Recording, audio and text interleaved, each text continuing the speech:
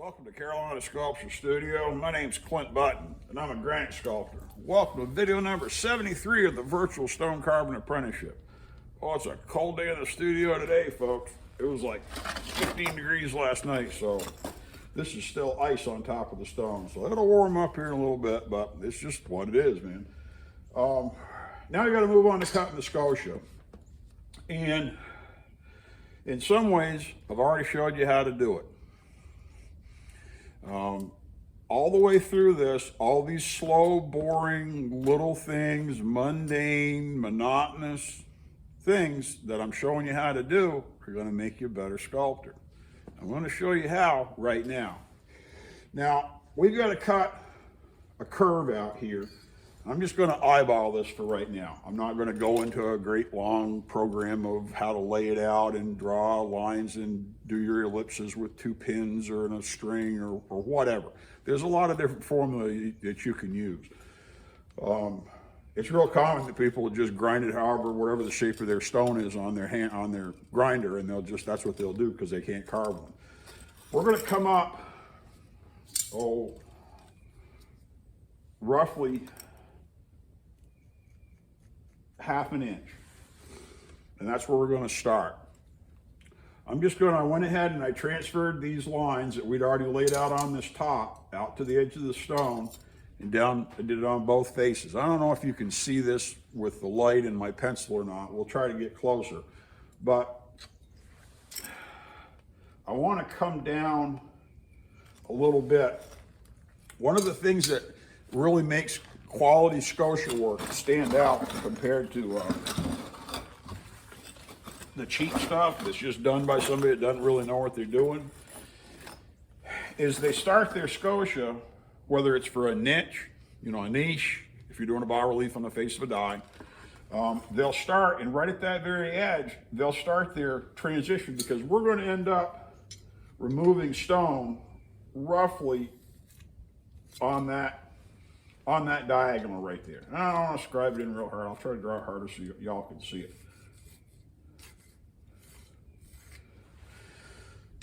And they'll start right there, and they won't put much of a curve in it. They'll just bend that line a little bit. And what that ends up doing is that your eye will see the stone, the mass that's right there. As you look at it, when you're looking at a regular bas relief, like of the hummingbird and iris or any of the stuff I got. There's lots of videos on my YouTube. Y'all can check them out. That's a fail. Okay. What this does is it makes it look like your figure is part of the stone because you can see the stone and you can see where it's connected. So the way that we do it is that we will have a straight drop for however long. On a niche that's 2 inches deep, you don't go very far. If you got a 3 or 4 inch deep, you might have a drop that's the better part of an inch that's straight, that's at 90 degrees all the way around. And what that does is that removes this background from your perspective as you're viewing it. You don't recognize that background as being there because you've got a solid surface here, and then at 90 degrees it ends and it disappears and it goes away. You don't have any reflection in there. You got a perfectly square edge. That separates your figure from your background or from your base or your substrate or the ground or whatever word you want to use. That separates them, okay? And then if you've carved your figure the right way so that the highest point on whatever you're carving is tangent, is this front plane of the stone. Like you can lay a straight edge across there, put a dollar bill and pull it, and it's tight. If that's there, your eye is going to see it as being too big to fit in the stone and makes it look more lifelike. And that's one of the things about bas relief carving that a lot of people don't understand, especially with memorial work. With bas relief in general, they'll end up carving it back, and it's real easy to see, oh yeah, that's carved in the stone because it's littler than the stone. The stone's big and it's dominant. I want it to look like the Christ or my flowers or the bunnies or whatever, they're coming right out of the stone. Make them too big. We're going to cut this off so there's not going to be anything coming out of the stone, but we're going to use that same principle here with cutting this 90-degree transition at the edge. And we're going to have a small 90-degree transition at this bottom. So we're gonna go in, let's just say, for argument's sake here, we're going in about a 1/4 inch. And then whatever our curve is gonna be, I'll lay out a nice curve, I'll draw it out, I'll make a metal pattern so I can check it, so I know what it is. I have 90-degree on top, 90-degree on bottom, and we'll have a nice curve to have our nice scotia. Well, that's all great. We could take and saw that off. I want to leave this edge out a little bit because I've got to polish the top, and I want to be able to lean on it and have something to support so I don't dig an edge a little bit and have it round. I'll go back and I'll cut this last little bit away. So this top edge doesn't count as much for this. We make the pattern, I'll show you to compensate for that. We make 2 patterns, one to proof it, to finish it, and one to use while we're doing that. And we'll just relieve it around there so it skips that part. But to do this, if you just try to eyeball that across a 6-foot thing, it's gonna go in and out, up and down, it's gonna look like crap. So how do we make that into a specific depth that we can trust, that we know is straight as a reference? Well, if we had a regular gantry saw in here, we could just take and run 1 or 2 cuts, run a cutting, just like we did this. Or we can cut this out down to wherever point we want to go. We just saw that out. We're going to do the same thing all over again, all 4 sides. We'll knock that out, we'll be able to saw it out, we'll scrape that up pretty quick because we're better at it now because we practice it here. We'll have a perfectly straight line across basically the midpoint of this scotia on all 4 sides. We'll have this line for reference. And then we'll reduce the material off to that line and to that line and work our scotia in, and our scotia will be straight. The problem with just cutting this in and making it a curve is that we're not gonna have any reference left. We're gonna lose our points of reference. We can use this, but this isn't perfect because we produced this. This isn't as perfect as this top face. So we're gonna measure out whatever this distance is. We're gonna measure whatever this distance is, and we'll figure it out and set up our tri-square. And we'll just take it, I'll saw this in, and we'll do the same thing all the way around. We'll cut a saw cut in here, go all the way around, cut a saw cut in here, go all the way around, whichever, we'll just do a side at a time. I'll just do the whole thing over again. Then we can quick run that off just to bevel it, and we'll have our edge to our point. We'll have a nice flat that we can put in right there that's pretty good. We can work that in, and we can have a pretty good flat that we can work in here. And then we can finish it at the end. And we'll have a scotia that's nice and straight because your eye will see it wander.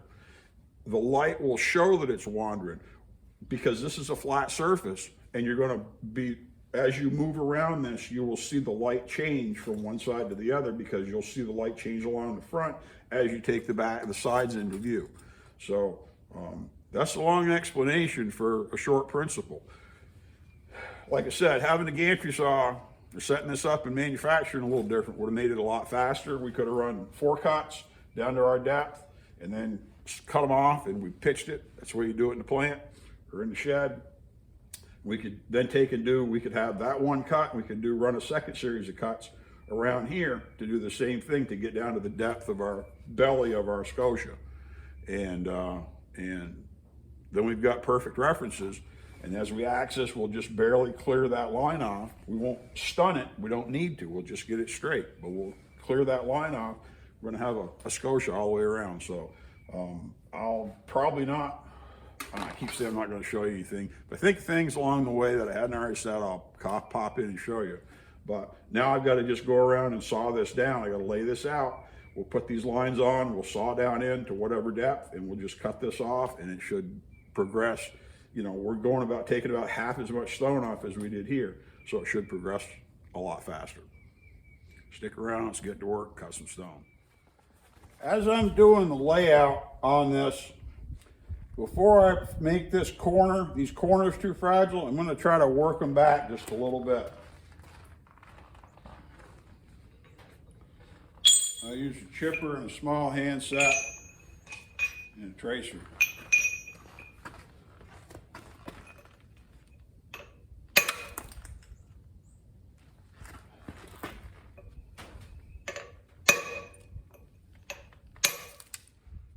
Try to make sure that I've got good secure corners.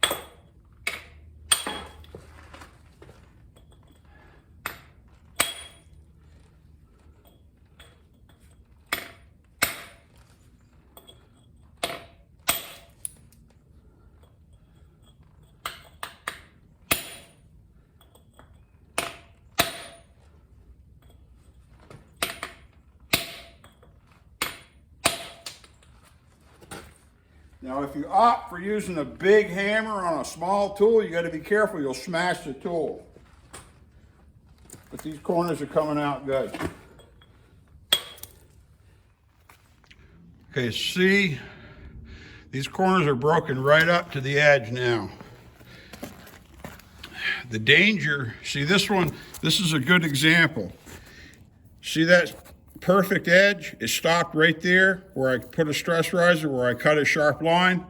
Okay, that's why you do it, is because it gives you a perfect stopping point.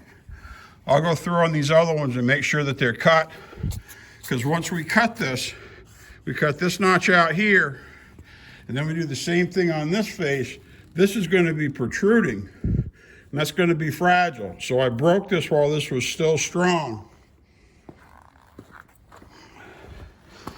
We'll work this edge in too, probably chip this a little bit more, and then this one broke off really well. So then we can break up to this and then work this off. We'll break harder over in here to try to get this to carry. We'll make sure we got that stunned really well to not lose that corner. But as soon as we've got some clearance, we'll go ahead and we'll cut those. We'll probably choose the best corners as this is cut back. Not cut both at the same time, but trim it back and then break what we can to try to save as much mass to support it as we can. Gonna be a nice stone. Okay, got that corner, I chipped them just a little bit. They're pretty good. Let me show you what we're gonna do. Okay, this interior line is my 3 inches. That's how wide the scotia is gonna be, front to back, okay? So I just marked about, I don't know, a 1/4 inch or so in from that line, just put a couple ticks, and that's where I'm gonna cut to. So I've got that security on there for working the scotia and polishing the top and everything. After I get the top polished, I don't want to have that edge rounded. I want it to look cut. So I'll go ahead and I'll trim that last little bit off at the very end after I polish it. But that'll transfer to right here. The scotia transfers here. I went around and marked the bottom with about the same 1/4 inch or so of arbitrary just safety line right there, and I'll cut from there. So we're going to cut down to here and over this far, just to establish that line in the scotia. Then we can trim this off, we can cut down to there, and we can cut down to here to get rid of waste stone. We'll evacuate all that stone, but we'll still have a straight reference line down the center of each scotia to make it work. And that way the scotia, the belly of it, it won't wander, it'll look a lot better.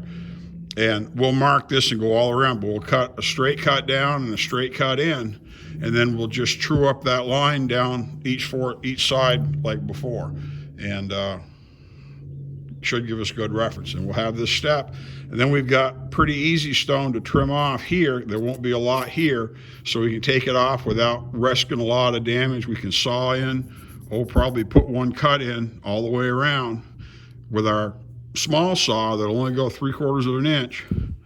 Have it cut right there, and that'll get us and leave us a nice thing there, and then we can just take that off and see there'll be very little stone there to take off.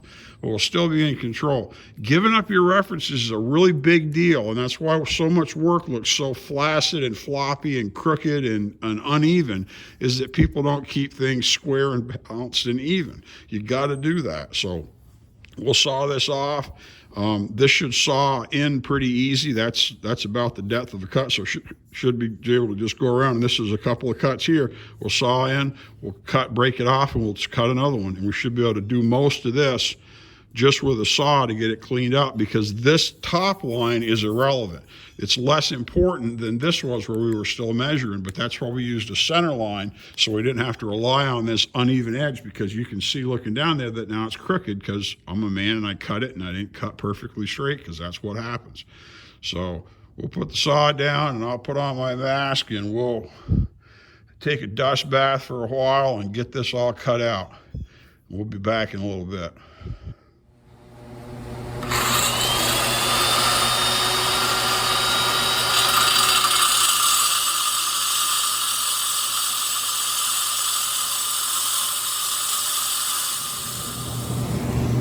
Got this entire perimeter cut. First cut. Goes down. Let's see if we can see on this end. That's how much further it's got to go down. Now, the saw's just about the right depth that I could make one cut to go in here and it'd be really close. That's a lot to break to control it. So I'm going to go slower. I'm going to make a cut up here, break this off, and then I'll continue. I'll make a cut up here, break this off, and then I'll continue this cut down, and I'll work this cut in. You can go fast here, make a mistake, you might as well throw it away. We're going to go a little bit slower. We have to go just to make sure we do it right. More sawing.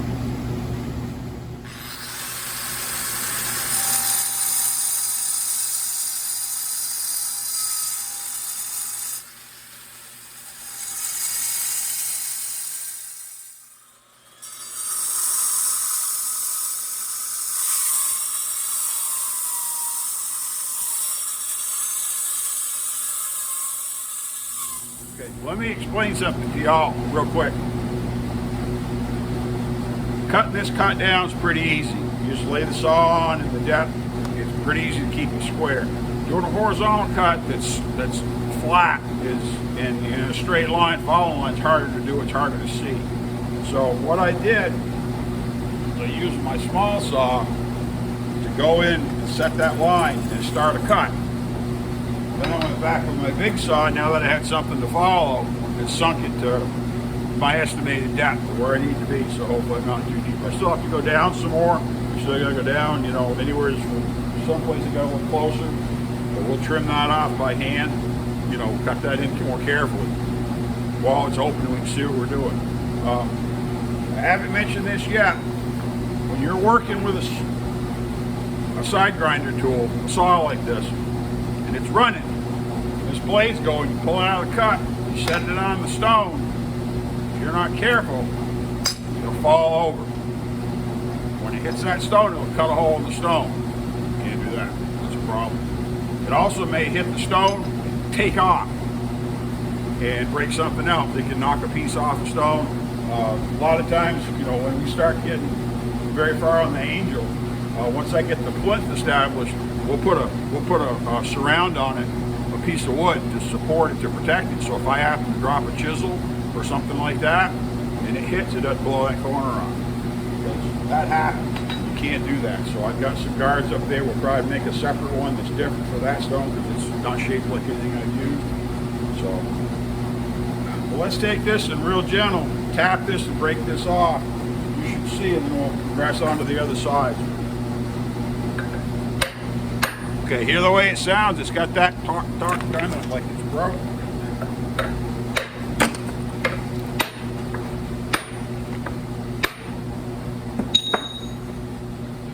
Look at that. That's pretty cool. You know, you hate to throw stuff away, but you got to. But my mother would probably do something with that in the yard. She'll like that. So.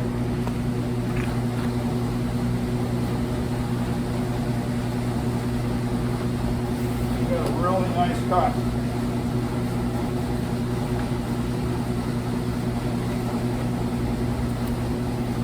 See where it's smaller.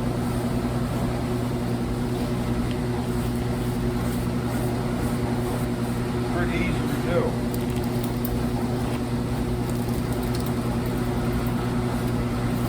Now all I've got to do is carry this cut down to the full depth and then carry this line over. We're good. I'll just keep going.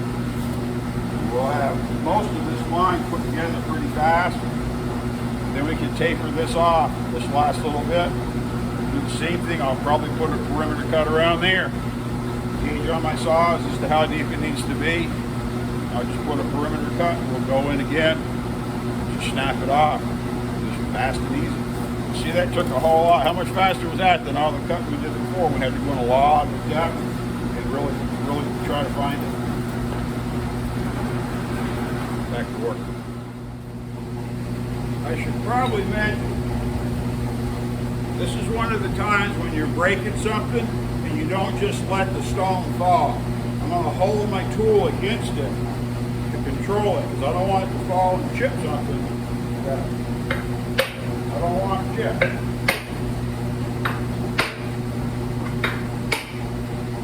You don't have to take off a big piece.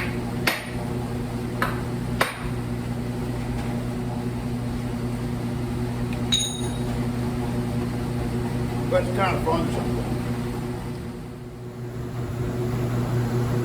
We got these snapped off all the way around. At the end, the side, still hadn't got all the dust cleaned out yet. But I'll get my mask before we do all that.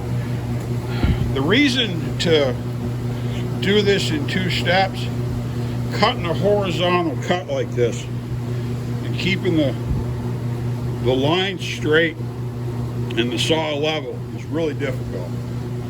And I say that after doing this for decades, and I've learned that I'm not that good, and I've learned that most people aren't either.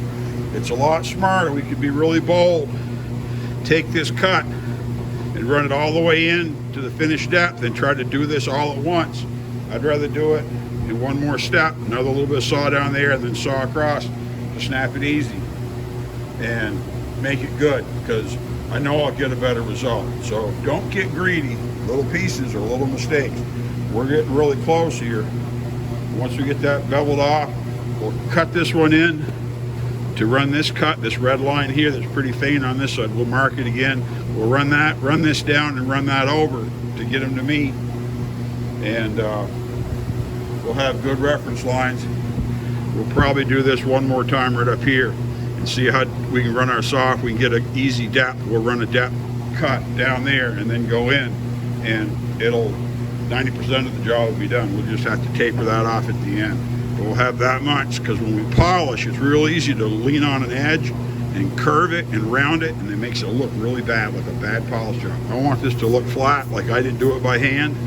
So we'll polish that all off, then we'll lay out these lines again, and we'll just cut them by hand. Just cut them right down and finish the edge of the scotia.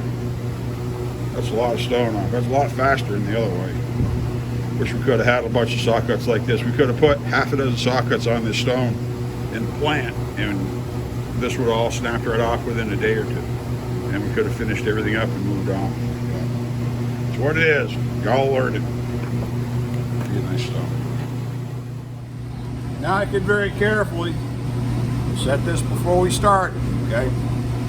I can very carefully take my small saw that's a lot easier to control than that big one that'll kick your butt. I can drop this depth down in until I get a good register with my square. I'll try to stay up just a little bit, then I'll cut the rest back by hand. Now this is another benefit of doing it by hand. You're probably not going to be 90 degrees here. No matter how rugged you are, that saw is going to wander and run a little bit. And so if you make the point to not try to, usually if you try to be perfectly plumb, you're more apt to dig because you're going to be pushing it to rotate it. Let the saw cut. It'll tend to, this is exaggerated, but it'll tend to run out. We set this depth and we sink this, we're going to be out further than we need to be as we're approaching this depth. And we're going to try not to go past that. We're going to stay just a little bit up. But we'll check it, do a little bit, check, check, check. And then when we saw this in, we'll still be out from the shoulder. So we'll have to sink that in as well as probably go down just a little bit. We get a really nice cut. So we'll get these ends done and get all sides done and make it really good.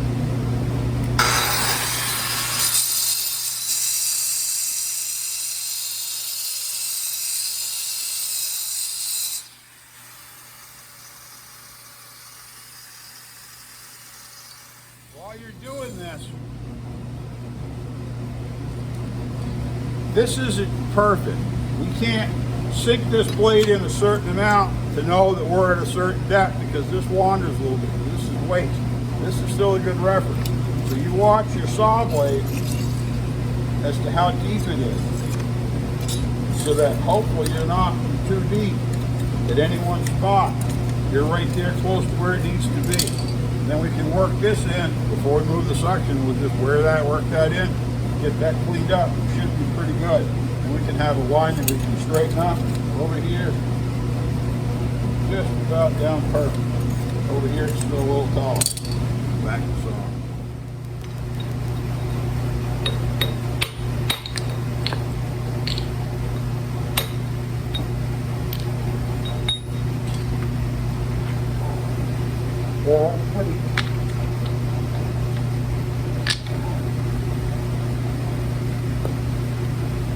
That's pretty close. We'll go ahead and clean that up.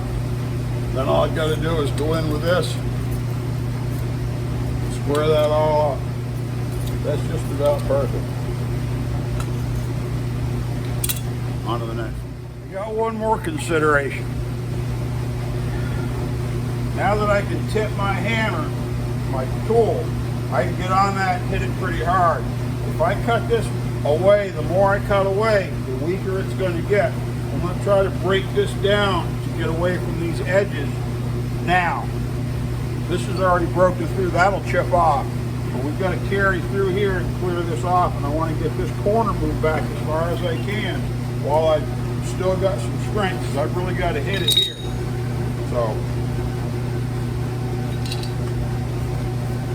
let's see how it goes. Yep, we'll clear.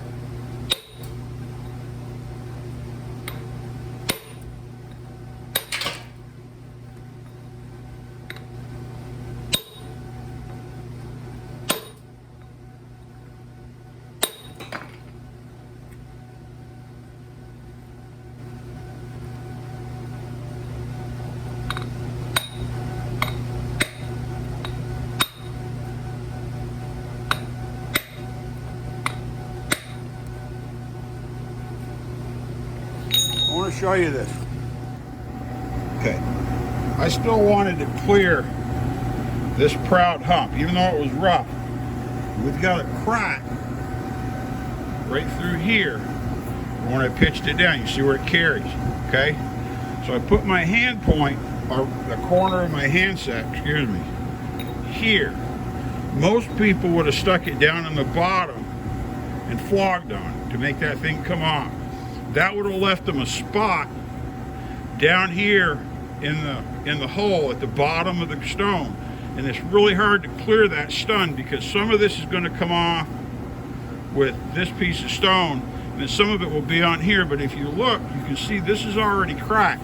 So we should be able, if this stays on when I break it, we should be able to just put on here and just hit it easy a couple times to walk that crack and make it bigger. That'll all fall off and there'll be no tool mark left. Let's see if I'm that good.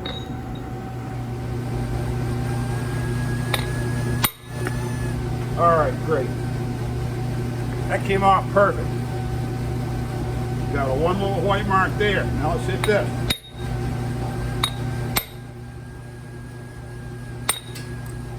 See that? Almost everything came off except that little bit. Now it's gone. No stun mark at all. This will break when we get the rest of this off and we chip this. This is already fractured in here. So once we clear that off, we can tip the tool more, get back and get another bite.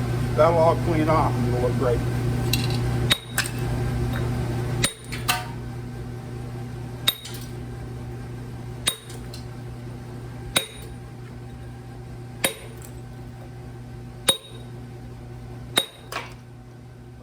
See that? That's the way to do it. We'll get one more here.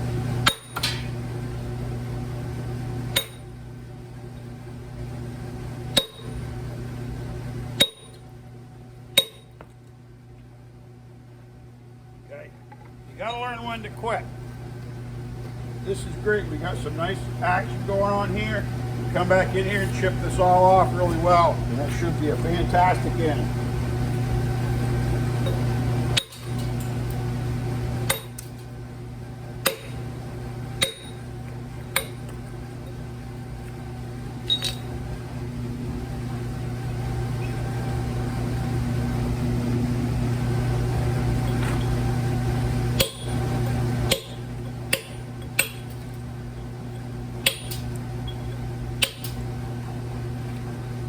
That's gorgeous.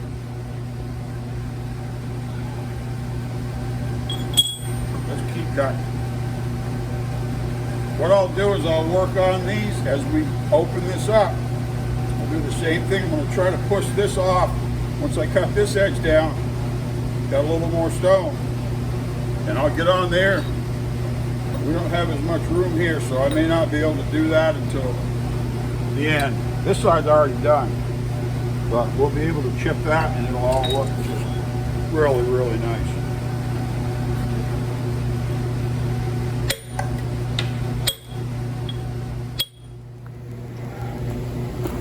I went ahead and did this face, beveled the corners. Was able to drive that long piece off right there all the way through. Great break. And I went down here. This was the longest one because it went clear down to here.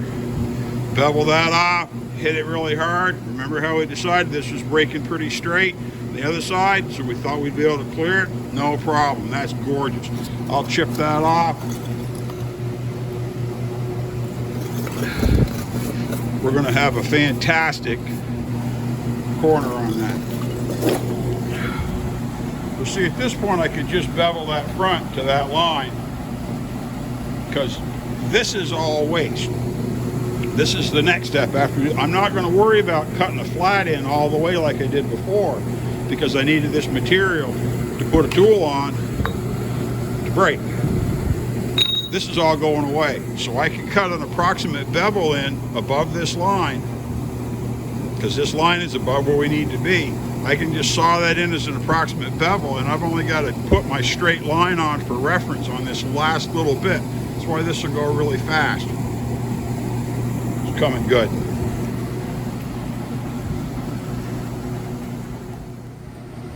Okay, we had our first semi-issue to deal with.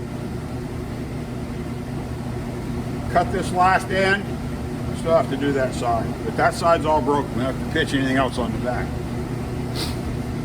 Cut this, beveled it, hit it hard, cleared this corner up. It's way down deep. Looked great. But remember there was a little crack here? I got on that, hit it super hard, And there's still a big flat spot right there.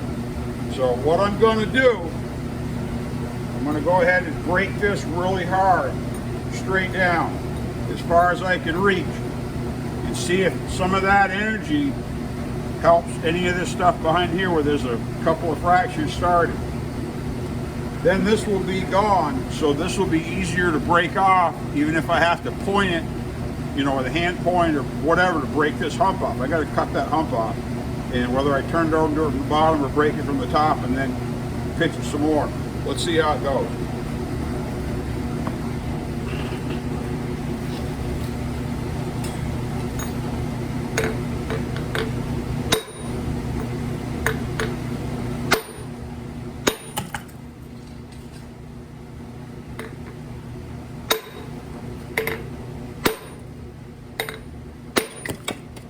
See that?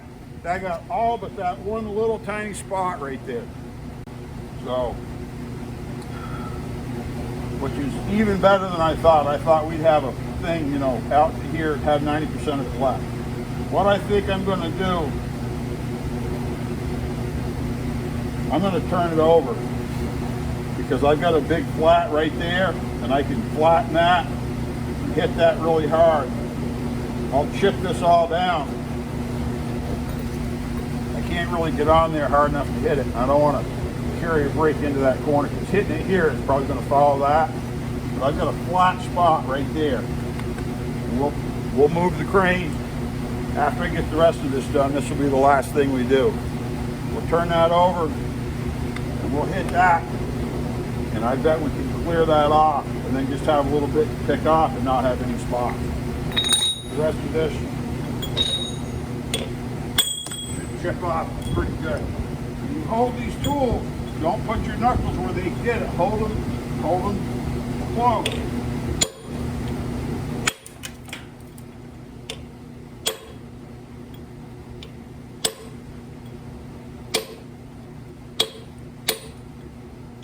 Be careful about hitting them and just hit. Because what it'll do is it'll crush stuff. You don't want that.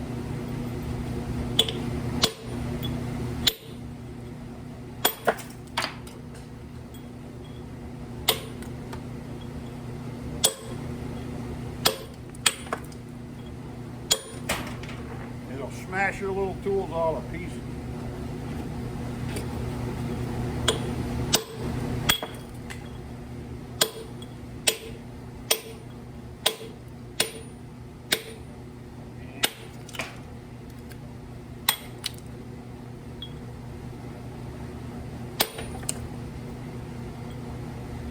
Let's see what happens.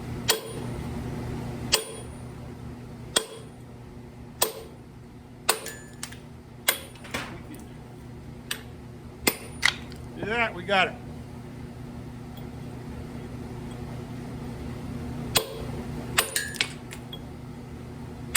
Now if we don't blow that corner off, that's perfect. See that? Didn't even have to turn it over. That's good. All right.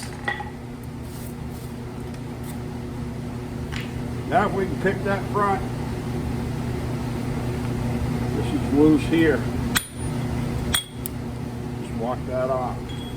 Now if we can get that front knocked off, it should be breaking just fine. We're going to be golden. All right. That's good. Well, I'm going to check this video. This video is probably long enough. We'll wrap this up. My name's Clint Button. I'm a granite sculptor here at Carolina Sculpture Studio with the Virtual Stone Carving Apprenticeship. Thanks for coming in.